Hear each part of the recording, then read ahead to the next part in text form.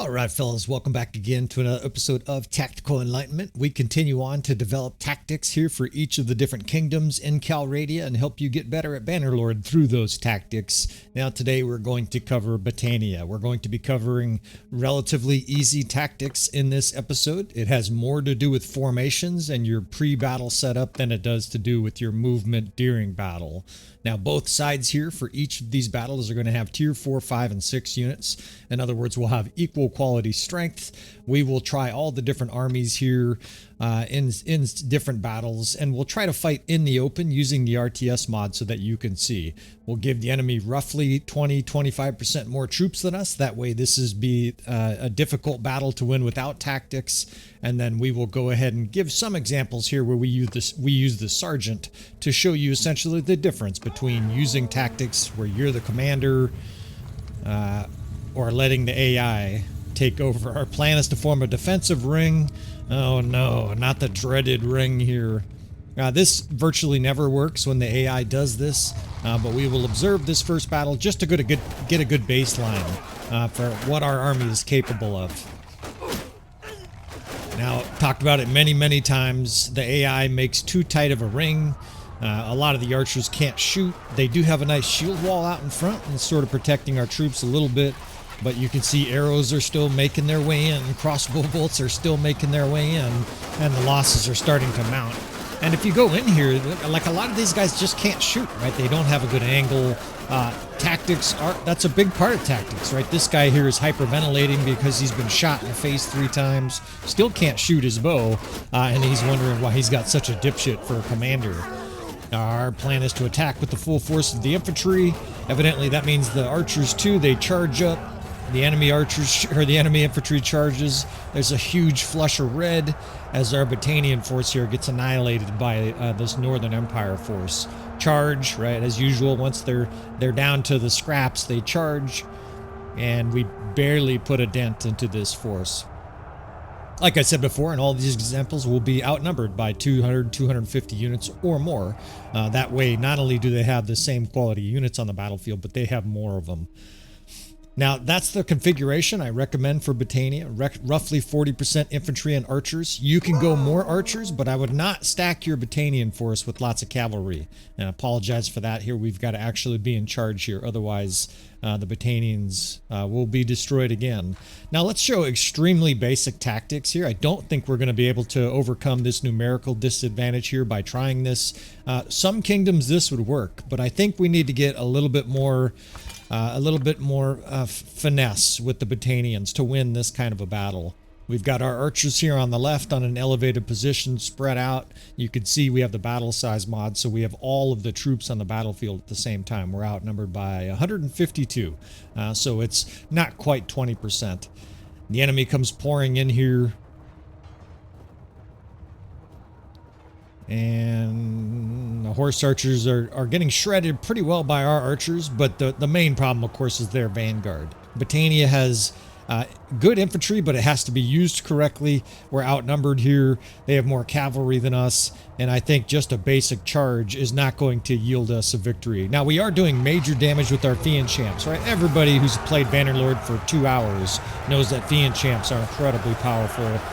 They're definitely going to do work for us in this episode. But our infantry gets destroyed. Our archers are having cav charges up and down the line, and so they're not doing nearly the damage they could be doing.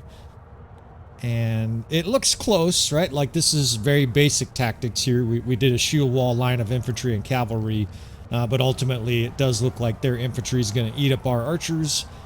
And 2 for 2, right? 2 defeats in 2 battles here. So we're going to have to get more complicated than this to win with Battania outnumbered by 20%. We're going to need some tactics, and most importantly, I think here what we're going to do is we're going to change some of the units. Battania has 3 types of infantry. They have spear infantry, they have javelin throwers, and then they have shock troops. We're going to get rid of a few of these. Now we have all tier 4 and 5, so to make it fair, we're going to use 1 tier 4 and 1 tier 5. That way we're not unbalancing our infantry, right? We don't want to use 2 tier 5 here when the enemy's using a tier 4 and a tier 5. So we're going to take the picked warrior and the wildling, right? That gives us 50% tier 4 and 50% tier 5. Part of the reason is that the Battanian Wildling is one of the best units in the game if used correctly, and I think we're going to be able to demonstrate that over and over again. Now we're going to assign them to 6th Division by assigning that division high unit preferences. Basically, all of the strongest units of our army, which will be the Wildling, will be in the 6th Division. You zoom in here, and our 5th is going to be better archers, so lots of Fiend Champs, and the 6th, when you zoom in here, mostly Wildlings. That'll mean the 1st Division will be playing defense, and you zoom in here, and every guy there is the Tier 4 Battanian infantry. So it's the same strength of an army that we just had as the previous battles. We've just changed the unit type, right? We don't have any shock troops now. We have javelin throwers. Now our 4th Division of archers is weak, so we'll keep them towards the rear. The 5th archers, though, and the 6th skirmishers are going to be vanguards. They're going to be out in front. We're going to protect them with cavalry wings. And what I want to design here for you fellas is essentially an autonomous system where all you have to do is set the units out like this and just wait for the enemy to get slaughtered. You want 2 cav divisions of roughly equal size. If you're going to have a heavier of the 2 cav divisions, you want it to be the 3rd division, because that is generally where the horse archers are going to come. More cav charges and horse archer attacks will come from your left. So a smaller cav division on the right and a shield wall. We will put the skirmishers in a spread formation behind them, the 4th archers and the 1st infantry towards the back. And don't worry if you didn't catch all this. We're going to do this several times here against different army makeups. I actually want a mounted companion so we can run around the battlefield, but most of these we will film with the RTS overhead. That way you guys can see this clearly. So again, just moving up the 5th and 2nd, or excuse me, the 5th and 3rd cavalry, protecting them. On the right here, we've got our we've got our skirmishers behind a cav division. And then the 1st and the 4th, those are our weakest units. They're back a ways, but they're still going to do work here. Not only are we going to square and or charge with that weak infantry, but those guys are going to have some effect when they're in shield wall, right? They're absorbing arrows, they're repelling cavalry attacks, etc. The main concept here, of course, is we're using some units offensively and some defensively, right? That 1st division is defense. Meanwhile, the wildlings throwing scores of javelins are offense. Now, it's important to note right here, the wildlings are one of the best skirmishers in the game. A skirmisher is basically a non-archered range unit. Usually they throw javelins. Historically, they would throw javelins. Some units in Bannerlord that count as skirmishers have throwing axes, and frankly, they're really weak. That's the only way to describe it. Now, our cav shield walls are strictly defense. I know a lot of people play Bannerlord and they want to charge with cavalry. Charge.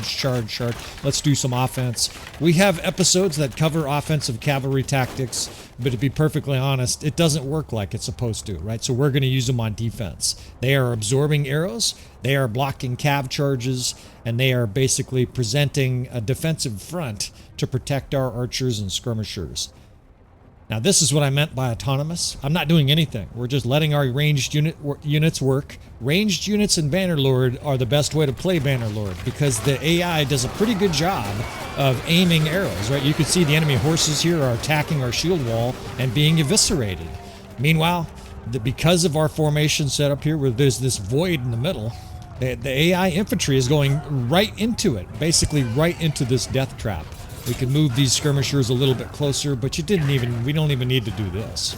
They're going to kill plenty at range. Now you can see them flinging in javelins, right? They're hitting guys in the back. In fact, let's slow this first one down here, just so you can see exactly what's going to happen. The infantry's coming in towards the 1st division. And what we're going to do here, once their infantry reaches our infantry line there in the center, is we're going to have everybody charge, right? I'm designing this for you fellas. That way, very minimal micromanagement is necessary. Once you build all of this like this, once you build these defensive structures, this little bucket shape or U shape, if you prefer that, all you have to do is say attack, everybody attacks, and victory is achieved, right? We'll speed this up using the RTS mod just so these episodes kind of blow by, but that's it. Watch the death spam, watch our archers work. The skirmishers are firing javelins in behind on the infantry. Our archers are shredding. The enemy infantry is being surrounded because they're within our little bucket. And we don't just have victory here, we have a devastating victory. The AI was massacred trying this. Basic tactics also lost. with this strategy, with these formations, we have a dramatic victory. Almost a 4-to-1 KDR. All of our Battanians roar and cheer, and you're going to hear a lot of that in this episode because we're going to fight different kingdoms in different scenarios, and I'll show you that this is effective. This same formation is effective for other kingdoms. Alright, so that was a mixed army of Imperials. Let's try Sturgia. Their infantry is tough. Everybody knows that. They have good defensive units. They should fare better against ranged units than most of the other kingdoms, but I don't think it's going to matter. Again, outnumbered here by more than 20%. 150 units is actually more than 20%, and we'll give them 60% infantry. Now, you can go 50% archers with Battania. I'm fine with that. But I'm just showing you what I think is kind of optimal for most scenarios. About 42% infantry and archers. The reason for that is there are certain circumstances where archers get themselves in a pinch, and I think this will work out better for you. Also, we're trying not to unbalance this. If you go 80% Fiend Champs, not only is your army cost enormous, but a lot of people would say you're sort of cheesing the game. Incidentally, that is going to be successful, right? If you run 80% Fiend Champs, your army's going to truck a lot of armies. All right, so identical setup here, right? I've talked about it before. Slightly bigger 3rd Cavalry Corps than the 2nd Cavalry Corps. Putting the 3rd on the left, the 2nd on the right. We will assign our little captain there. He gives a small advantage to the archers. We've got to have a horse archer for some reason. The 4th Division is smaller, and those guys are protected.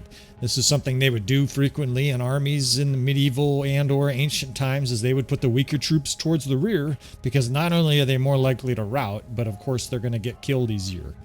I like having Fiend Champs out here in front. Not only do they torch the enemy horse archers, but if they get charged by heavy cavalry, they don't just melt. If you have really weak archers on your flanks here, and the enemy has a huge cavalry charge, say it's a bunch of Aserai Vanguard Ferris, those guys will get obliterated, right? They'll get really hurt in a situation like that. Fiend Champs, they're well armored, right? Those guys... They even have like deep voices, it seems like. You know, they get charged by cavalry and they're like, you know, and they swing their sword, and all of a sudden the cavalrymen get annihilated. Now notice the offset angles here. You don't have to do that, but I like to slightly offset the angles of the cavalry, and you triangulate where the enemy is. You can sort of see the direction that they're coming in. I'm going to make this simple for you guys to replicate, but I also want to include little tips like that. Those are the little tiny min-max details that'll help you achieve a little bit of a higher rate of success. Now, we've got JavCav here with the Battanians, right? It's kind of a nice bonus. They're throwing some javelins. They're not totally worthless. Not only are they blocking a lot of the enemy arrows, but they are throwing javelins into the enemy. This is what's doing the damage, though. Not only is it Battanian Fiend Champs, but a lot of them are shooting the side of the enemy, or they're holding their weapon. They're on this side intentionally because the enemy's coming in with the weapon in the right hand. Now on the other side here, this is another tip you can do. You can bring in the skirmishers behind the enemy, which is really kind of diabolical. Wildlings have 10 javelins. They're the only unit in the game. Well, I take it back. I think the Lake Rat Wreckers and also the Beni Zilal.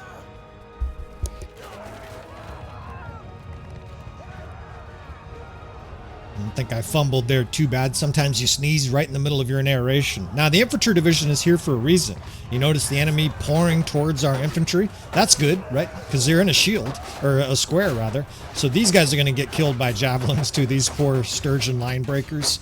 The enemy attacking our square is optimal because guess who's behind them, right? All of these Fiend Champs firing at like 60 yards, doing huge damage, shooting these Sturgeons in the back of the head. There's just an absolute incredible amount of arrows and javelins and bolts hitting that Sturgeon force. Now we can charge, right? The charge is not essential, but it's beneficial because that'll make every single unit focus in on the infantry in the center of the screen, and your right panel here just fizzes with green, something like a 5-to-1 kill ratio. Sturgeon's getting obliterated every which way. The javelins close in, all your wildlings execute the Sturgeons. Now I want to hold my archers. I like charging them at first and then telling them to stop because they're more accurate if they stand still. They're moving, they're generally less accurate. But we don't even need to do that, right? The Sturgeons are fleeing the battlefield, and yet another destructive victory here. So a huge infantry army, no big deal. A mixed army, also no big deal. Let's do Vlandia. Actually, we don't want to skip the Aserai. We'll be able to do this quickly. And let's give sort of a worst case scenario here. If I was trying to defeat this and I was playing the AI on the other side and just giving them an army, I would give them lots of cavalry and lots of cav, right? This should be the nightmare for our formations. We can give them some infantry here so they have kind of an all-around threat. We will try the horse archers as well, but I think this has the best chance of defeating the formations, and we won't change it too much. I'll show you little tiny changes I would make depending on the situation. We will try a Vlandian army. We will try a couple 4 different things, but I really do feel that this Battanian formation will work against almost everything the game throws at you. And in a wide variety of circumstances. I think it'll work on a wide variety of terrain, but of course if you're in the jagged hills, you need to make sure that your archers and skirmishers have line of sight. Now I want to try to push the Aserai against the rocks there. Anytime you're going against lots of horse archers and cav, anything that's going to circle you from your right to your left, I'd like to try to push them up a hill like that. That way they get sort of compacted up there and all of your arrows have a better chance of finding a mark. The other thing we can do here too is we can overload our left side. Since we know the enemy is going to overload our left side, let's counter it. We'll have a cav division on that side in a square, and then the 3rd division like normal blocking arrows. So what I've done here is I've moved the 2nd Cavalry over to the other side, right? Basically ignoring the protection on our right side. Now we'll see what the enemy does here. The enemy may adjust for that, and if I was playing sort of normal, how I would fight a battle normally, I would micromanage more, but we'll just let it roll through because I want to be able to design formations for you fellas that you build in the pre-screen where you have all the time in the world, and then after the battle starts, all you got to do is run around with your sword if that's what you choose to do, or shoot your bow or whatever it is and execute the enemy. Now this is working well, right? Because we're exchanging javelins with horse archers. We like that, right? Their horse archers kind of ran down the chute, and our guys are raining in javelins into their ranks. Arrows are hitting them. So far, so good. Now I got this 1st division. We're probably not going to charge with them until later because their infantry is way behind the rest of their threat. Our skirmishers are fine though, right? I actually don't see... Oh, I was going to say I don't see much of a cavalry charge. There's actually a huge wave. It looked like infantry. It was so wide. Let's see what happens here. They're charging through. We're sort of exchanging javelins, right? They're throwing some at us. We're throwing some at them. It's probably that's probably a push, right? That's probably nobody's winning that battle. But they just ran right into the center. How many times have I talked about this, right? Already in this episode, every time the enemy runs to the center here, you're getting ready for an all charge. See, their infantry is following up. They're going right for our square, which is perfect, right? That infantry, again, plays defense. The rest of the units here kill. Now, I like to move the skirmishers in. I know this is an extra movement, but trust me, fellas, right? We're going to add more and more to these episodes, and someday all of this shit will be easy. Obviously, I recognize a lot of the regular subscribers. You guys are doing more advanced shit than this. So again, we'll just charge, right? And I think we're still going to win this battle, right? Our skirmishers just trapped and surrounded their infantry. Their cav is kind of exchanging blows. We have a significant lead. We have almost a... Actually, we do have a 2-to-1 KDR. And this battle's over, right? So a very powerful, dangerous Aserai force with a huge amount of Aserai Vanguard Ferris, and taken behind the woodshed and giving a beating here. Now, part of the success is our Fiend Champs, right? Everybody knows they're strong. Part of it is Wildlings, but you saw what happened if the AI took over and if we just used standard tactics. It's the formations are the reason we're winning. It's not just because we have Fiend Champs. Fiend Champs are nice, but you got to use them correctly. Do a Vlandian force here. Let's do a cavalry heavy Vlandian force here. Almost 50% cavalry, right? This should be a very difficult situation. We'll give them a nice captain here. And again, just to demonstrate that tactics are essential, let's go ahead and just do the old F1, F3, right? F1, F3 for the win. All these guys out there, I can't tell if they're joking. Most of them are joking, but there still seems to be quite a few players that seem to live and die by F1, F3. And I'm pretty sure using your Battanians this way is going to be a die, right? You're going to die in this situation. You're not going to succeed. The infantry and archers are kind of bungled up here together. The archers are going to get some kills for sure. The Fiend Champs are doing their thing, but they're kind of clogged together in the middle of the battlefield. The enemy vanguard has just wrapped us up. It looks like a big fucking diabolical Christmas present. They're just fucking surrounding us and executing our force. Their crossbow just charged. Our player is hitting a friendly troop. It says that's the AI running around with our character, drilling our own units with javelins. Fucking dipshit. And not a rout. We didn't get annihilated here, but we lost pretty bad, right? The enemy has about a third of their troops left, and again, defeat. All right, so I don't think this is going to be hard at all. This Battanian force of cavalry, again, we will set up a very similar structure. The whole idea is basically to give you a way to win, even if you have relatively no experience playing as a commander in Bannerlord. I know there's a lot of guys that focus on their character, and they do things like delegate control with their sergeants. Hopefully this handful of videos, whether it's this one on Battania or the other kingdoms we're covering, hopefully this gives you guys, sort of cracks the code so that you can go out there and do very basic tactics like this. I do consider this basic, mostly because we're not doing a lot of movement once the battle starts. Much more advanced tactics, of course, you're moving this unit there, you're moving that unit there, kind of the way we moved our skirmishers a few times here, right? It's a lot more micromanagement. For now, again, we're going to continue to build this very familiar sequence here. We may adjust this a little bit. I might even try to fight this twice. I've already got an idea that's popping into my head with Vlandia that might be more effective. But again, let's try to use a very similar formation here. And it's basically a litmus test, right? We're going across Calradia and testing this killing machine. Does it work, right? Does it pass the test against all these different challenges? So far, it's destroyed a very tough Aserai force of archers and Javcav. So far, it's destroyed a heavy infantry battle. So far, it's destroyed a mixed army. Now we'll give it against this heavy cav army. Let's see. What I want to do here is essentially have a square out in front to try to distract him. But I think there's a better way to do this. I think we'll try this battle twice. Cavalry are notorious for chasing after squares. You see that cavalry I put out there for them to chew on. Look at how many of their enemies surrounded that square, right? That's a huge benefit for us. Of course, it's exploiting the AI, right? The AI is essentially artificially drawn to those squares, but we'll take it, right? That's part of the game. Our our javelin guys here, our wildlings, are going crazy, basically untouched, throwing javelins. Here comes a big infantry and cav division down the chute, though, and again, once you get to this stage, their infantry is about to reach yours. I've mentioned a few times, just tell everybody, charge at the same time. Now, I like line formation for the charge, but you could just tell everybody at this stage, enemy infantry is coming in, and we will simply charge.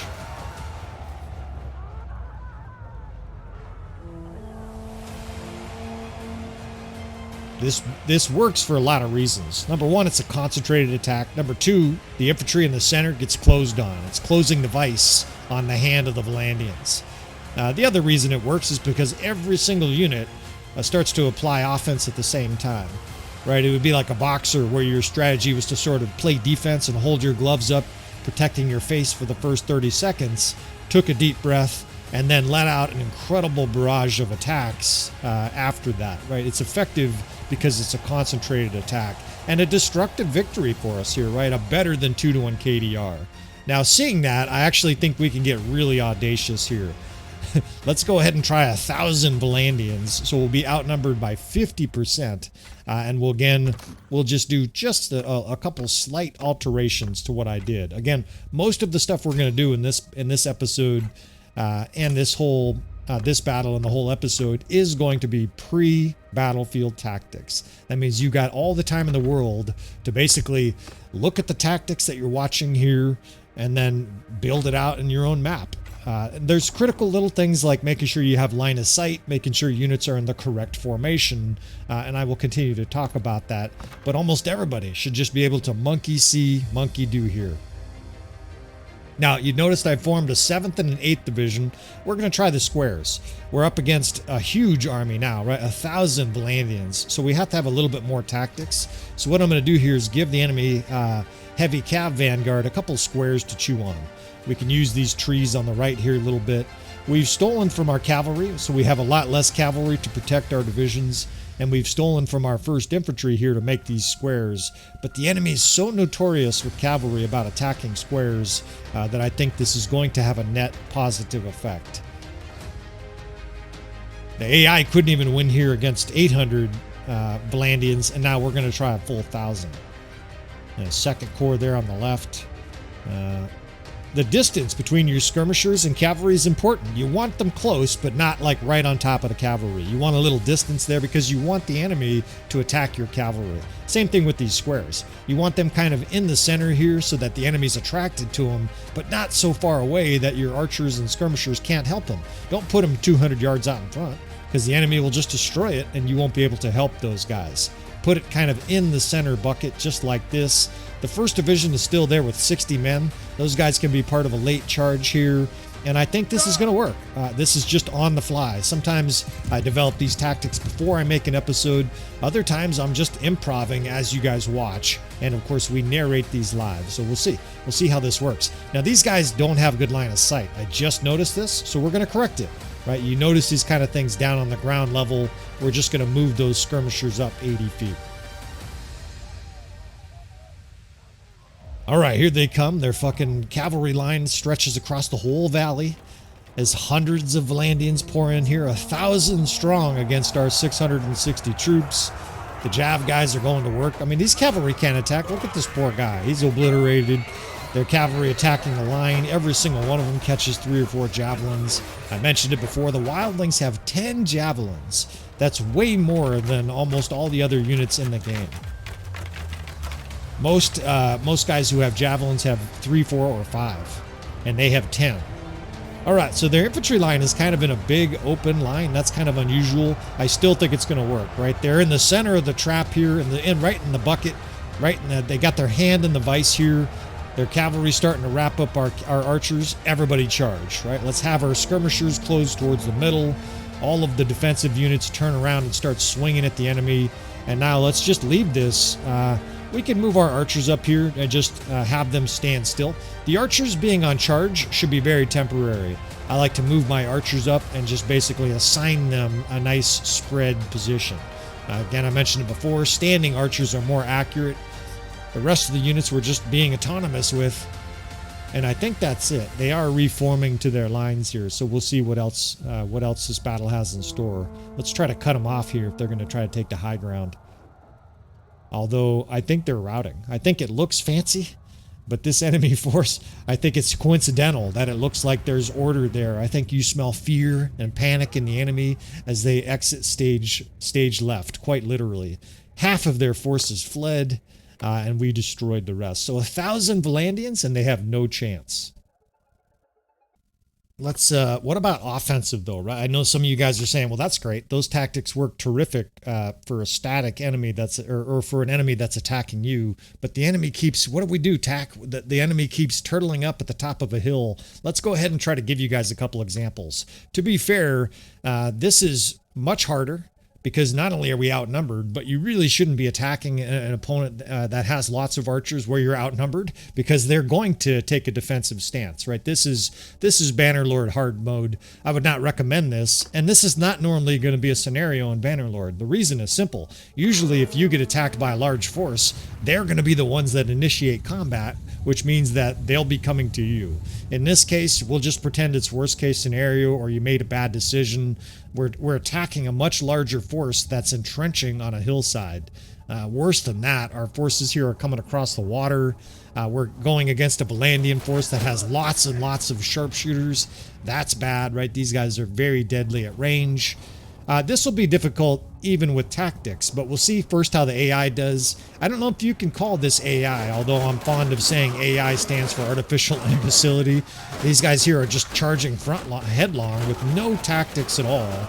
Now they're trying to shoot uphill against sharpshooters. That's not going to go well for you guys. They're getting torched. Their infantry's right behind them, probably absorbing the misses. Now they're charging. They have no chance in hell of attacking this force with offense. Their archers are just suiciding, it looks like. They're routing.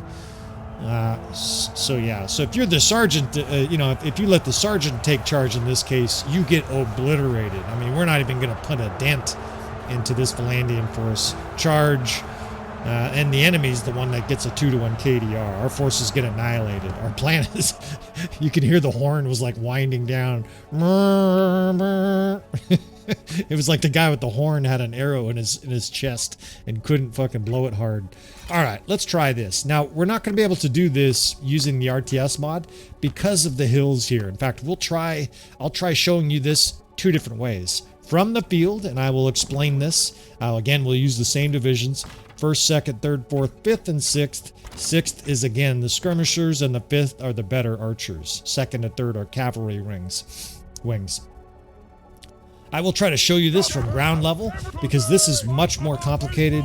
I will also try to show you this with the RTS overhead, but we need a different battlefield. This battlefield has so many ridges that precision is necessary here for me to have success. There's a chance we don't succeed, right? We're simply outmatched, outgunned, and this is almost like a D-Day, Bannerlord style, right? We're trying to charge these entrenched Germans with pillboxes and stuff like that, and we're going to have to get both excellent timing, but also just a very coordinated attack here to have any chance of success. Fortunately, I have the experience to pull this off, right? So this is not an impossibility. Doing a little recon here, you can see 80,000 crossbow bolts get shot at you as soon as you go over that ridge. So a frontal assault here is out of the question. Every single time I pop my head over that ridge, we're getting shot, right? So we need to use angles here. See how the enemy can't see us over here? We're going to try to approach from multiple different angles from this side here and slam into the enemy ranks with simultaneous motion. I'll explain how this is going to work. We're going to do a flanking attack. Yeah, look at, they're just beautifully positioned. I mean, you come over that ridge and you're insta-killed. The bolts just went showering by me there. We're going to have 2 different divisions here. Let's do the 1st, 2nd, and 4th, and we will line up right at the base of this hill. They are going to make a frontal attack, but it's going to be a frontal attack with a wrinkle. We're going to put the 1st and 2nd divisions over here to lead with shield walls. They're going to push a hole with for our archers. We'll put the 4th division over there, the weaker of the 2 archer division. The 5th and 6th are better archer divisions. We're actually going to blast right into the enemy, like recklessly. Actually, their cavalry's close there. We're going to have to tuck down this little valley here. Let's use our other archer division. Let's use the 4th. We're gonna have skirmishers over here. Let's keep the 5th in the center. This is going to be hard no matter what. Now we're pressed against the fucking edge of the map here, so we don't have a lot of room to negotiate. Here's what we do though, right? The 1st and 2nd, these are shield units, right? Cavalry and our weak infantry. They're gonna come up here and basically hold shields up while we bring our 4th Corps slightly at odd angles here, or 5th Corps around the corner there. So we're going to basically provide a wall of shields, right? That's the 1st, that's the 1st, that's the 2nd, and let's get the 5th right on top of the ridge. Now on the other side here, we're going to attack the enemy's flank, because if that's all we do, the enemy will have just us in a bullseye. So we're going to bring, on this side, we're going to bring the 3rd Cavalry and 6th Skirmishers over this ridge, and then try to get the 4th Archers kind of almost behind the enemy. And you notice they're adjusting to this new threat. Well, that's great, right? Because that means a lot of the Skirmishers are no longer facing this direction. That's the perfect time for our Archers to move up. Now our cavalry, I kind of want to intercept their cavalry, but the biggest thing I want to do here is get cavalry right in the enemy's face so they can no longer shoot our archers, right? That's the critical thing here. So we got the 3rd Corps over here. The 6th Skirmishers, this is where these guys are really valuable. They've got a shield, they're protected pretty well, and we're just going to pull them into the enemy's ranks. Now I've also pulled our 1st Corps, that's our infantry, in a square right into the enemy's ranks. I know that's a strange concept, but we're just shoving it into their mouth, like a hostage, like a terrorist. We're just shoving our infantry right into the enemy's ranks in a square. In other words, they're not attacking; they're just being shoved in their face, so that all their skirmishers, all their archers, don't really know what to do. Now we got to get some cav on them because their archers are scorching us still. On the far side there, if you remember, I had that 3rd Cavalry, right? So let's pull them towards us. And what that'll do is it'll bring a big, angry, heavy shield wall of cavalry right through these crossbow, and it's going to make them scatter, right? At a minimum, it's going to make them scatter, and it's going to knock guys all over the place. You can see they're looking for a safe spot. our 30 or so. Our cavalry's going to get annihilated here, but that's a risk we were willing to take, right? We're basically just telling them, go kill yourselves so that our skirmishers and archers can work. Our archers now have the ridge, and our Battanian fiend champs are just slicing and dicing, shooting downhill into the enemy's ranks. They're taking some losses, but most of those guys are unaffected. On the other side, the 4th archers are in good position too. Finally, the skirmishers are just having a blast, throwing javelins. They're all over the place. Let's see what it looks like over this ridge. All right, still quite a bit of sharpshooters, so we can actually shift our Battanian wildlings into defense. They can come over in a shield wall, and we can plow the road for the 4th archers here. The 5th are doing all the damage, though, right? We have these fiend champs up on the top of the hill, scorching everything. Whoops. We still have this 1st division. Those guys in the square survived, so now we're going to charge. The enemy's fucked too. We're bringing wildlings on their left. We're charging here with a strong shield wall. Behind us is like 200 or 300 archers shooting, and this battle's over. Now, I know that's a lot, you know, especially for a newer player. If you're watching this, you're like, I don't have any fucking idea what you just did. We will try to show you this using the RTS mod from overhead. And indeed, almost a 2.5 kill ratio in a very difficult situation there. All right, so let's do, I need a good map. Let's see. I think Diathma. It's called like Diathma Meadows. This is an open battlefield. And what that'll mean is not only kind of gentle, smooth ridges, so it's a little easier for you to understand the line of sight, but also not as many trees, right? So you're going to be able to see what we're doing here. Now, same formations, right? We're trying to use the same ones every single time here. It doesn't do you guys any good if I change formations every time and you're getting confused. Again, we got to assign a horse archer for some reason. So 4th, 5th, 6th, right? Those are the killing units. The 3rd, 2nd, and 1st basically are defense, right? So a third of our army does nothing but hold their shield up here. Although you saw last battle how we used the cavalry there sort of offensively, right? We basically shoved them into the enemy ranks. Now, we'll use the RTS mod like this, but I'm also going to get down to the ground level here so you can see what's going on. And what's going on, unfortunately, is not a terrific formation. They're the classic suicidal circle and a square. The only good thing is that they are positioned in a way where most of their crossbow can shoot, and let me show you why. They essentially have like a theater seating position. They're on an angle. Let's see how bad this is. You can generally tell how well they are set up by that, right? If they're firing hundreds of bolts at you, they're set up pretty well.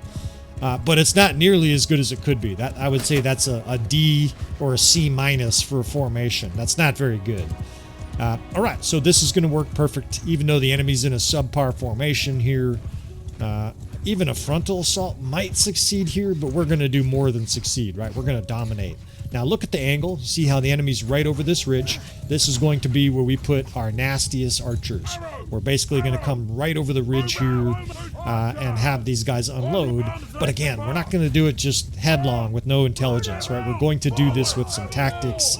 We're going to swivel the enemy. We're going to flank them. And we're going to make it so that when they break out of their square or out of their circle, and they will break out of their circle, they're fucked, right? The reason they break out of their circle is the AI is triggered to change tactics when things are going badly for long enough. We're going to ensure that things go badly.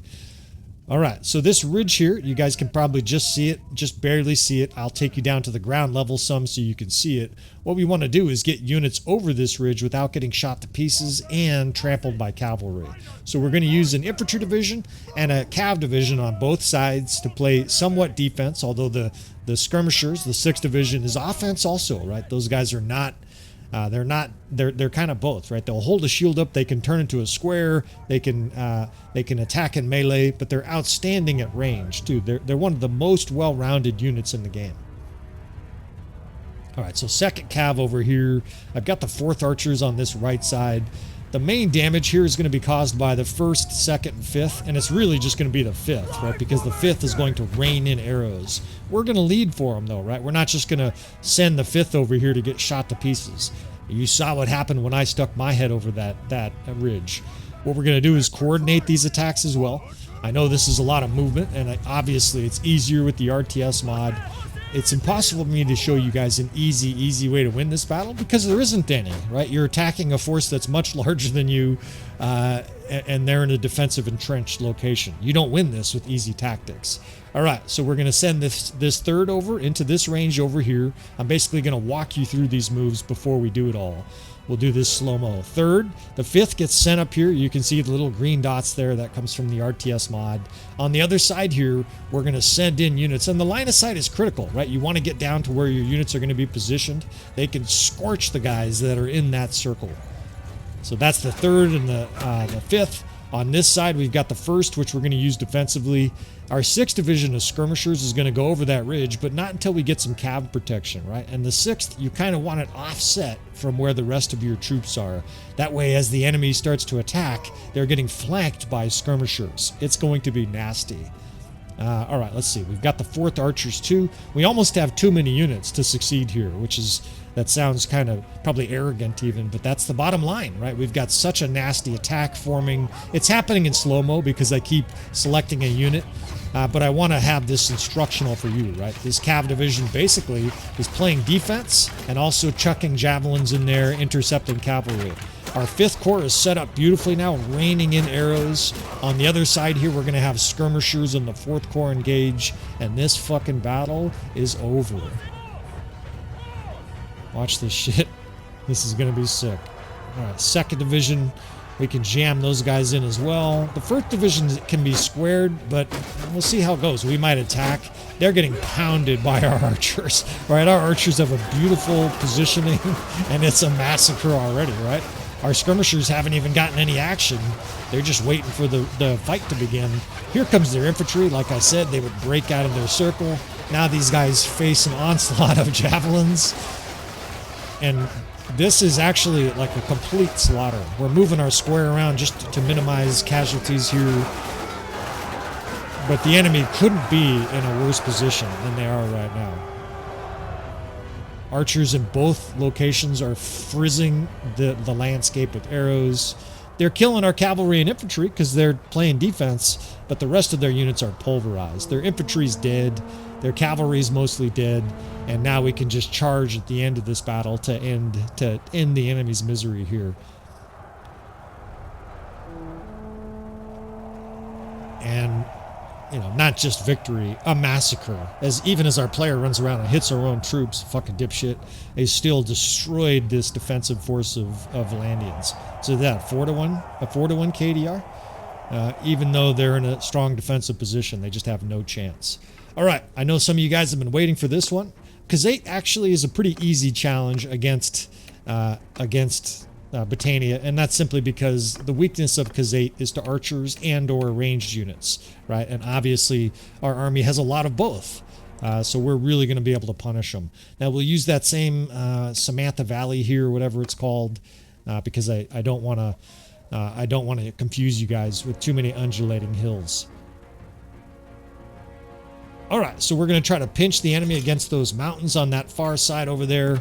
We will set up the very same formations with just a couple slight adjustments, right? We're going to put infantry on our left because we know their horse archers are going to try to circle us, right? So we're going to put, instead of putting that infantry in the center in a square, we're going to put it on the left to help augur that left side, to help anchor it, to help annihilate it, choose some more A words. We're going to essentially, knowing that the enemy is going to attack that side over there, we're going to anchor this left side. Now, I want to use those mountains, right? We want to push the enemy up into those mountains. So we're going to get cav out in front here.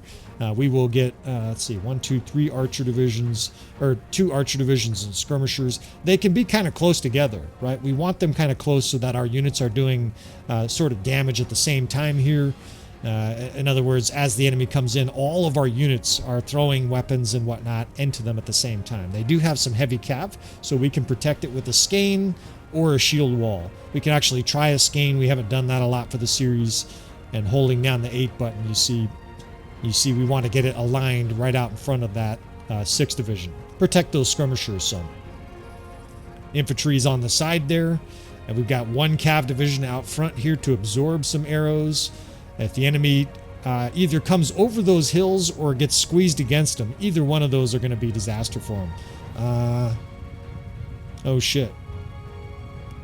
We got to make a correction because, of course, the enemy's still on defensive from the previous episode. So we're not going to show you this. This would be a painfully slow battle. We will get back and correct this for you. Sorry, fellas. And talking to myself here, doing a little bit of editing. We've now corrected things, and hopefully I can just drop you right back in here, and there's a very small delay between those two clips. We've essentially just corrected my stupidity here, put the enemy on offensive so that they come and attack us like the Khazate normally will, and we can get on with it. Now, it's funny, our right side almost looks like an arrow. This way to victory. Or shoot this way, Fiend Champs. All right, so in they come here, and again, we're primarily concerned about those horse archers, right? Hence our left side defense here, our cavalry and a shield wall, the infantry's there, but Battanian Fiend Champs, skirmishers, and archers really do a number on horse archers. In fact, one of the best ways to destroy a large Khazate force is with crossbow and archers. You put cav in defensive lines like this skein will do a nice job of repelling this cav charge. Some of their enemy forces will sneak through, but a lot of them get really held up. Now, their horse archers are kind of frozen. They're not really sure what to do, and there's not much for them to do, right? They're hitting our shields over here. Our protected Fiend Champs are wrecking shop in the center. Now, they do have a cav division, or excuse me, an infantry division charging in the center here, but I'm never really that concerned about Khazate infantry unless it's a huge amount of them. All right, this is like 150 infantry. These guys are going to melt. And what do you think we're going to do here, fellas? This is the pop quiz at the end of the course today, fellas.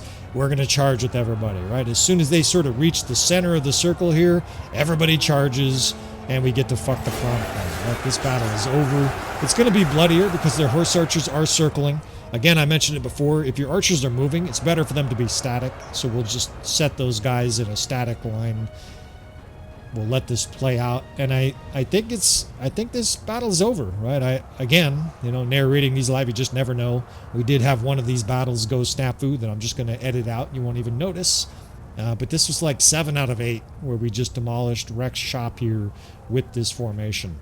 I mean, Khazate, Sturgeons, heavy cav archers, heavy archer armies, whatever it's been, we've just eaten it for lunch. And the Khazate have a little force here kind of holding out, which is the perfect last 45 seconds here to let me give my spiel as they get executed by 150 Fiend Champs. We continue to do this tactics series for the different kingdoms in Bannerlord. I'm an extraordinary veteran of Bannerlord. I've got more hours than most sane players could imagine. I won't even tell you how many. It doesn't matter. Just know though that this is your channel for tactics, right? If you're needing help in a specific type of battle, a specific scenario against a specific kingdom, or have a question tactically, come on by, ask some questions in the comments. You can even leave requests, and if I have enough time, I will do my best to take care of it. All right, friends, of course, you want to subscribe if you want to see more from the channel. Please hit that like button on the way out. And with all that said, I will see you fellas next time.